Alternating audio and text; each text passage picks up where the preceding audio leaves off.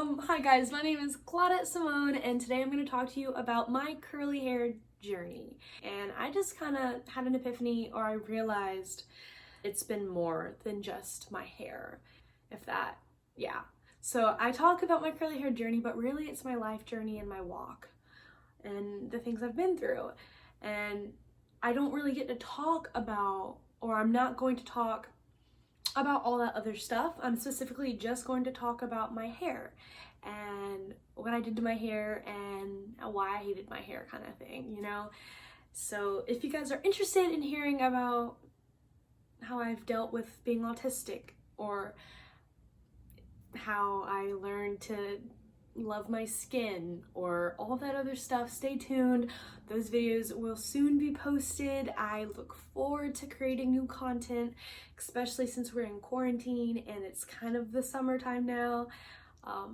But without further ado, let's just hop right into this video, and I hope you enjoy listening to my curly hair specified journey.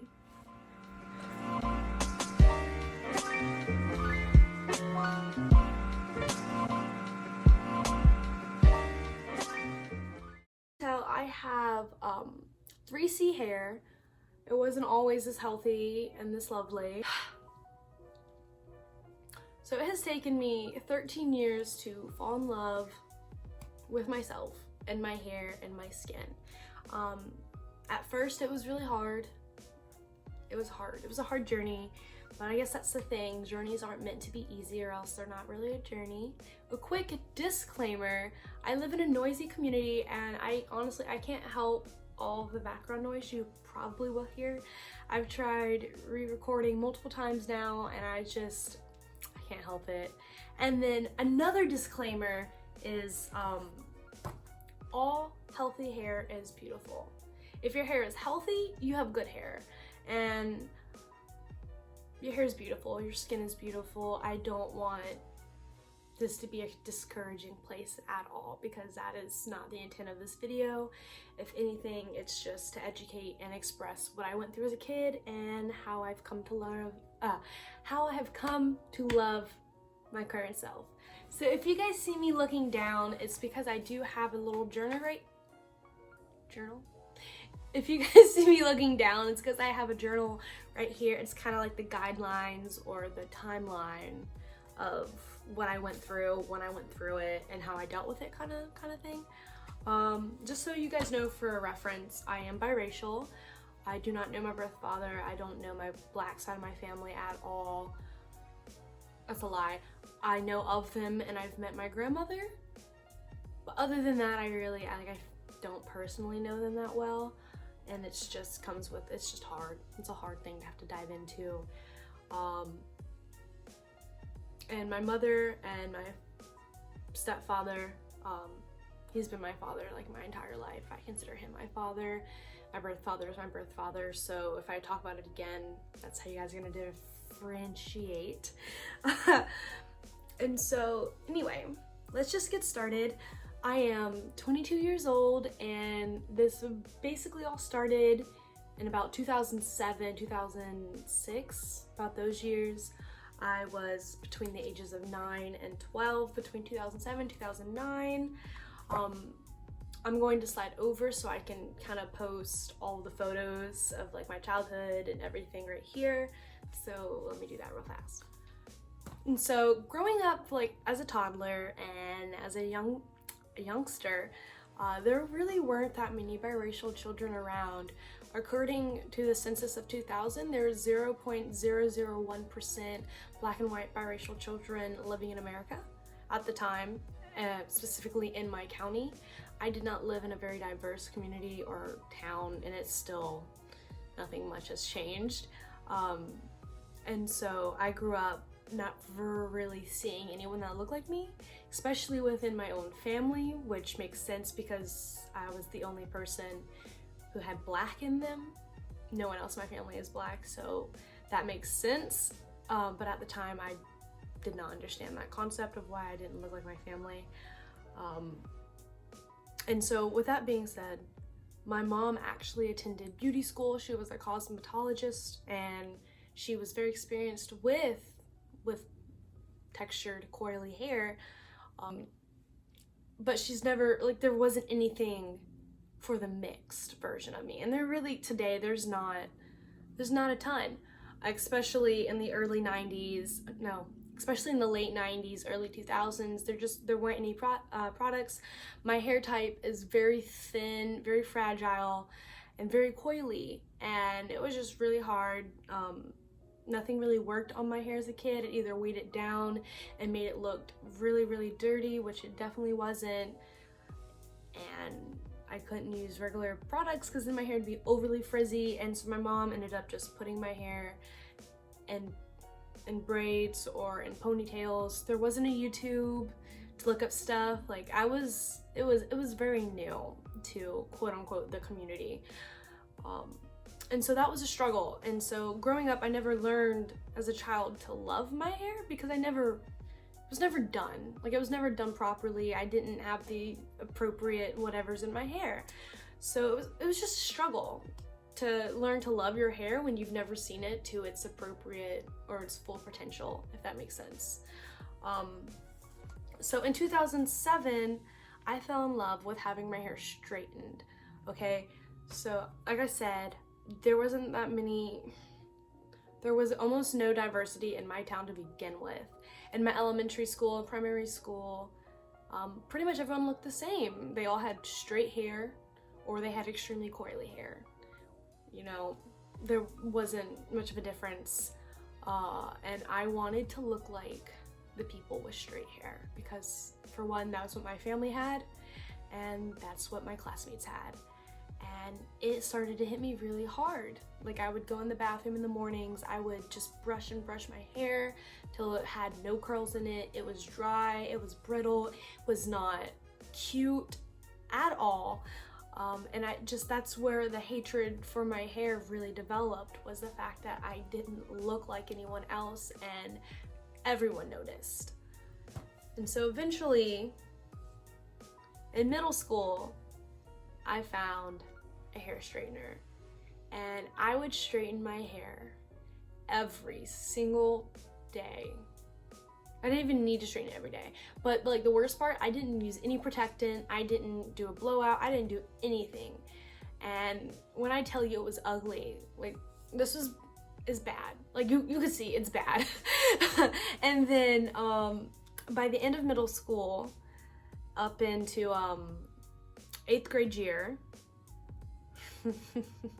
which was, I think, it was 2011, 2012 at this point, I started getting into relaxers, and it made my life so much easier. I didn't have to get out of bed and do my hair. I could just get out of bed and my hair would be done.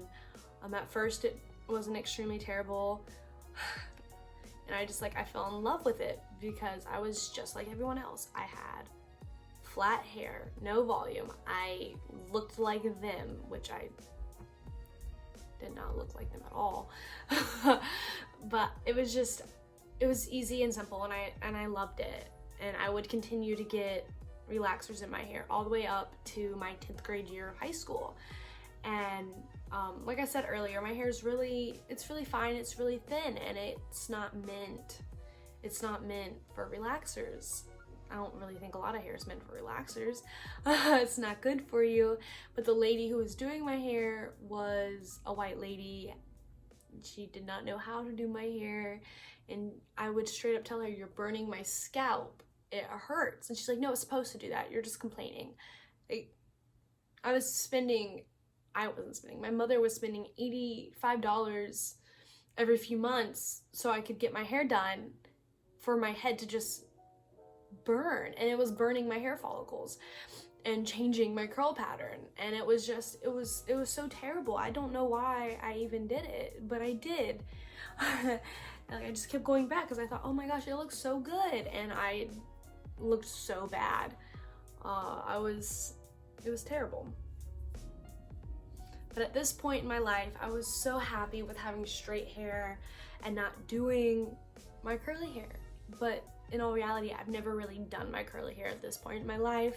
I've had straight hair continuously for like as long as I can remember, and if not, it was in a ponytail kind of thing. And so my mom actually took me to a Black-owned hair salon. And this is where I had my big chop. And let me tell you, it was the most traumatic experience of my entire life. The black ladies were so sweet and they loved me so much. And it was like nothing to do with the people.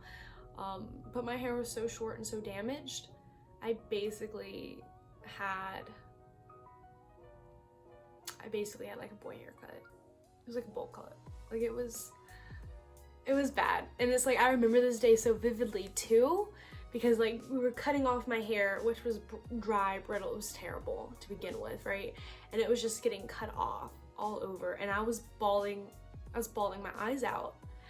And my mom was crying. The ladies cutting my hair were crying. Like it was just it's a really bad time, because growing up and in like middle school, high school, all that great stuff, I always saw my worth through my hair, you know?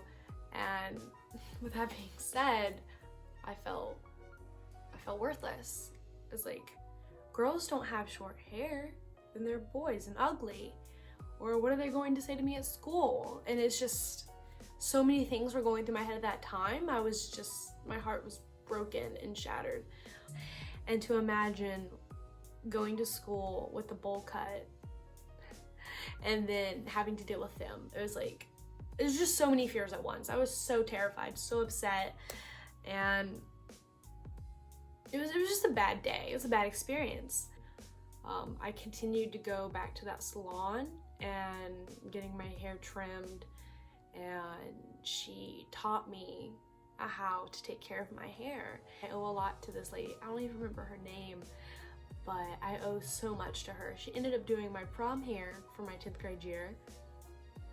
In the beginning of my junior and towards the end of like my sophomore year, I started to get into watching Lisette, if you guys know who Lisette is. She's awesome, go watch her. The first video I saw by her was her big chop video, and the rest is history. I learned how to take care of my hair. I learned how to love myself through watching Lisette's confidence, and I started doing what she did in her videos, and eventually I was able to branch out and start finding products for myself, which was awesome.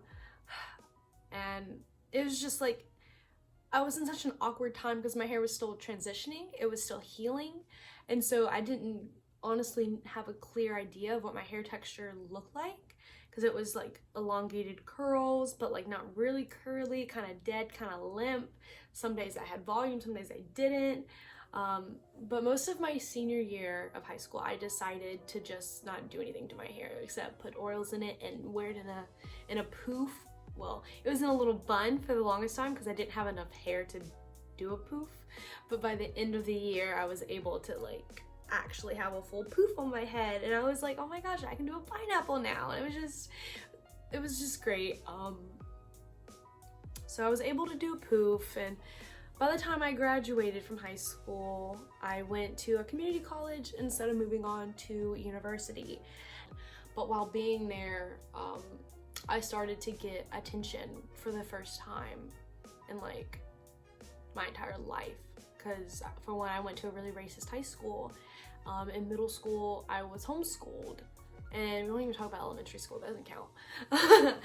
But I started to get attention and people started to notice me, and I was surrounded by a more diverse set of people. I wasn't the only one with curly hair. I wasn't the only biracial girl there. And it was eye-opening when I moved out of a place that was so toxic and draining, you know. And it's like I was able to become who I am. I was able to learn how to love myself. It took me till I was out of high school to actually appreciate and love my skin, because I hated my skin. I hated what I look like, which is honestly devastating. Like, I hate that, but I understand and I can see past it now, you know what I mean? Like, I'm blah, blah. Like, I accept who I am and I'm so much happier because of it. And it didn't happen till I was 18 years old. I didn't learn how to do my hair till I was 17 years old. My curls were starting to like grow, my hair was getting longer, and then over time I got bored. I'd dye my hair, or I would straighten it every 3 months or 6 months, and then I would ruin my hair again because my hair was so thin and fine and it was still recovering. It wasn't fully there yet. And so it would just break off, and then I'd have to like continue this process of starting my growth journey all over again. Eventually in 2019, I believe I was 20 at this point, and I decided for my New Year's resolution I was not going to straighten my hair for an entire year. And I did it. It was awesome. My hair grew so much, and so within that time I had to come up with other ways to do my hair. And at this point I started to learn how to do different type of braids in my hair, and just having fun learning how to style my own hair. And I branched out to getting box braids for the first time in that October. I was so scared on so many levels. Like, I had no idea what to expect, and then I loved them. But now that we're in the year 2020, I am 22 years old, going on 23. My hair is so pretty, it's so long. I swear, the longer it gets, the more this way it's going. It's not going down, it's going out, which I'm okay with now. For the longest time I was so insecure about it. I'm like, I want my hair to go down, but my hair is not meant to go down, it's meant to go out, and I love my hair. Yeah, I love it. I'm so happy.